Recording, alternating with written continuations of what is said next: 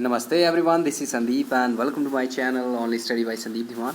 आज हम डिस्कस करने वाले हैं 10th क्लास इकोनॉमी के चैप्टर 5 को, जिसका नाम है कंज्यूमर राइट्स।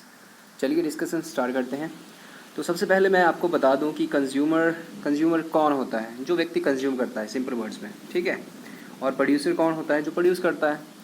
तो होता क्या है कि कई बार जो है कंज्यूमर खुद को ठगा हुआ महसूस करता है। आप कई बार मार्केट में गए होंगे, घर वापस आके सोचा होगा कि मुझे तो उसने ठग लिया, ठीक है। तो ऐसी सिचुएशन जो थी ये महसूस की गई और उसके बाद लगा कि कंज्यूमर के कुछ राइट होने चाहिए, ठीक है। तो इनकी आवश्यकता महसूस हुई और 1960 में 60s जब चले तो ऑर्गेनाइज्ड कंज्यूमर मूवमेंट चली, ठीक है।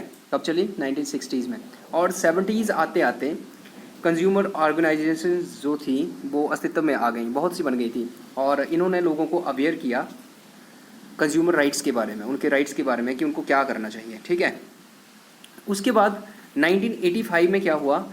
यूएन ने, यूनाइटेड नेशंस ने कंज्यूमर प्रोटेक्शन के लिए गाइडलाइंस दी, जिनको यूएन कंज्यूमर प्रोटेक्शन गाइडलाइंस कहा गया, ठीक है। और इन्होंने ये जो गाइडलाइंस थी, इन्होंने कंज्यूमर जो ग्रुप्स थे, ठीक है, उनकी जो एडवोकेसी ग्रुप थे, ठीक है, उनको गवर्नमेंट को जो कंज्यूमर राइट्स थे उनको प्रोटेक्ट करने या जो कंज्यूमर थे उनको प्रोटेक्ट करने के लिए प्रेशराइज करने के लिए एक टूल की तरह काम किया, ठीक है। यही गाइडलाइंस जो थी वो इंटरनेशनल लेवल पर कंज्यूमर मूवमेंट की फाउंडेशन बनी, ठीक है। उसके बाद इंडियन गवर्नमेंट ने 1986 में कंज्यूमर प्रोटेक्शन एक्ट 1986 पास किया, जिसे कोपरा नाम से जाना जाता है, ठीक है। कोपरा मतलब सीओ मतलब कंज्यूमर, पीआर मतलब प्रोटेक्शन और ए मतलब एक्ट, ठीक है। तो इसको कोपरा नाम से जाना जाता है। और कंज्यूमर के पास राइट टू प्रोटेक्शन एक्ट है, ठीक है।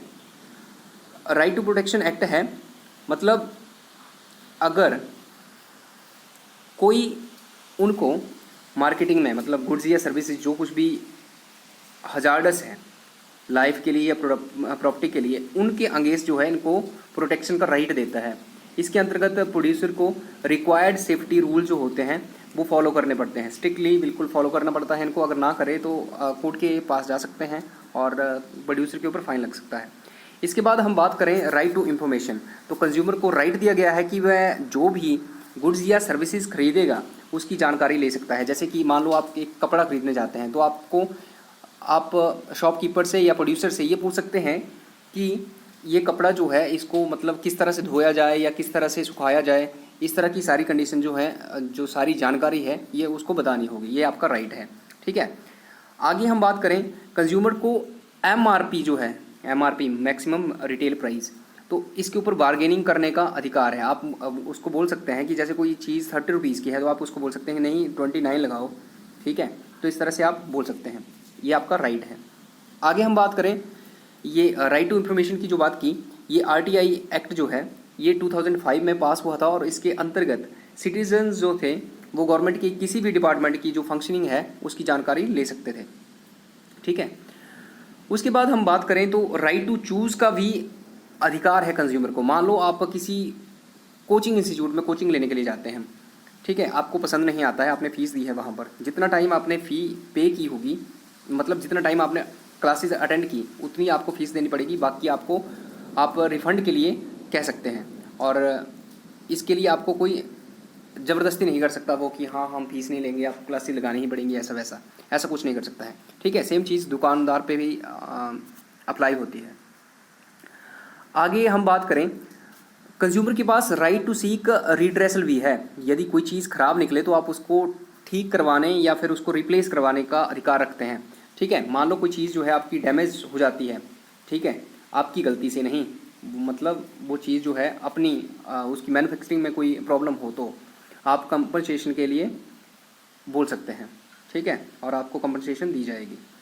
आगे हम बात करें, जो कंज्यूमर मूवमेंट भारत में चली, कई ऑर्गेनाइजेशन बनी उसके इससे, और लोकली जो कंज्यूमर फोरम या कंज्यूमर प्रोटेक्शन काउंसिल है ये वही ऑर्गेनाइजेशंस हैं, ठीक है।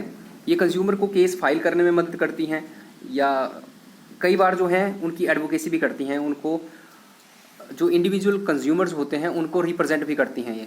ठीक है, आगे हम बात करें कोपरा जो है, कोपरा एक 3 टायर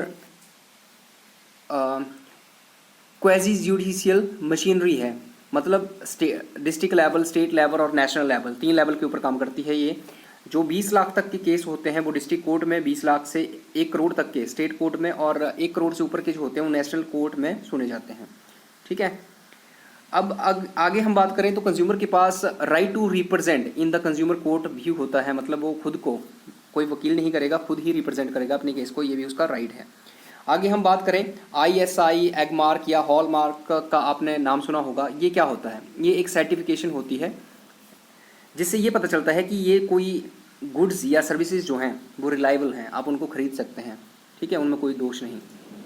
ये लोगो जो है एक सर्टेन क्वालिटी, मतलब सर्टेन क्वालिटी स्टैंडर्ड बताता है कि कोई प्रोडक्ट जो है वो उसकी क्वालिटी है। ठीक है, आगे हम बात करें लास्ट में, तो इंडिया में 24 दिसंबर को नेशनल कंज्यूमर्स डे मनाया जाता है। ठीक है, 1986 जब कोपरा बना था उस डे की यादगार में इसको मनाते हैं, ऑब्जर्व करते हैं इस दिन को। ठीक है, तो मैं आपको बता दूं कि आज हमारी जो 10th क्लास की इकॉनमी है ये ख़त्म हो गई है, और इसके बाद हम देखेंगे कि +1 की हमें कवर करनी है या नहीं करनी है। इसकी इन्फॉर्मेशन आपको मैं अपनी नेक्स्ट वीडियो में दे दूंगा। बने रहिएगा चैनल के साथ, अगस्त तक हमारा सारा सिलेबस जो है वो कंप्लीट हो जाएगा। Thank you.